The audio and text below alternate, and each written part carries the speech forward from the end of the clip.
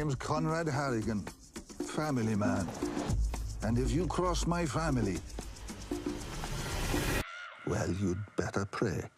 I wanted to do something that was nefarious and fun. I mean, it's the backdrop of a crime syndicate, and it's in the crime world, and it's an underworld piece, and it's gangsters with Guy Ritchie in that aspect. But the writing is fantastic, and the characters are wonderful in a way that kind of Dickensian in some aspect, a bit like Bill Sikes and Fagin and Oliver Twistwell and the old London. And kind of Greek tragedies and gods, myths and monsters and kind of Games of Thrones, as well as in the old world families that are just awful to each other, awful.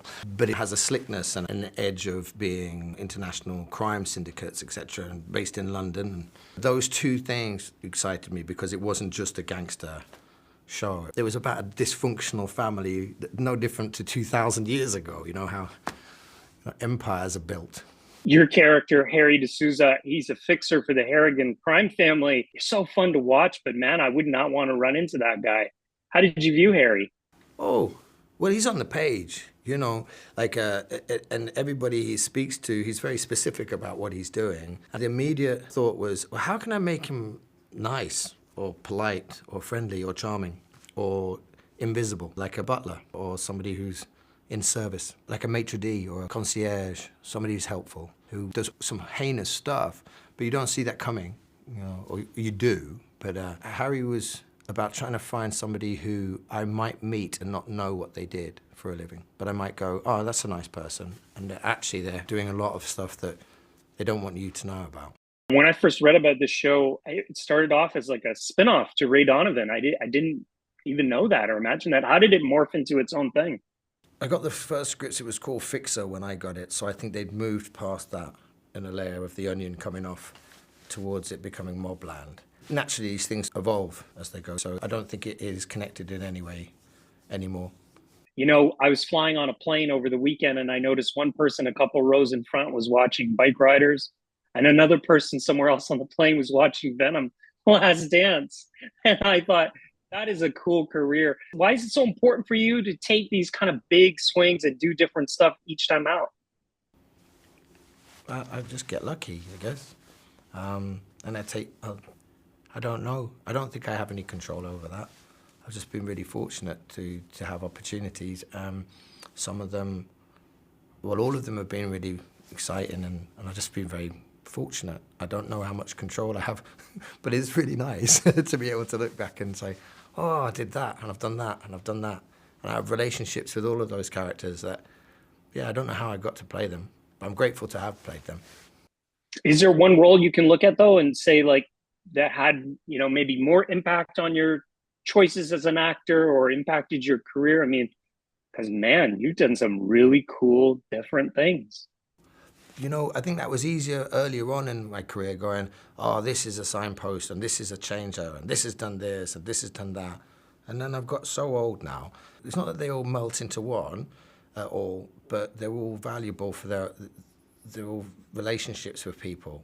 And then I don't get to play with them anymore. I have to move on to that relationship with a new character, and I enjoy that as much as well. And then I suppose it's like having clients in that aspect. You know, I work with about 60 people now, and they're part of the work that I do. But yeah, it's a very strange thing. It's like if you painted lots of different people, and I know their photos, and I go, oh, that one was when I was doing this, and that was when I was doing that, and I figured that out here, and I wish I'd have known that there, and you know, I don't know. It's a collage of people I've played, pretend people, and a couple of real people I pretended to play.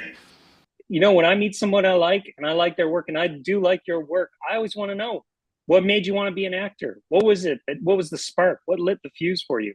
I like playing. I like stories. In the arts, people were more forgiving and accepting of, I suppose, when you're young and you're not very good at other things, like maybe, I don't know, physics, maths, geography, things that are a little bit harder for my brain to focus on. Not that I couldn't get my head around them. If I was playing a geography teacher, I might do well. Or a physics teacher, I might pick up that subject a bit better, you know?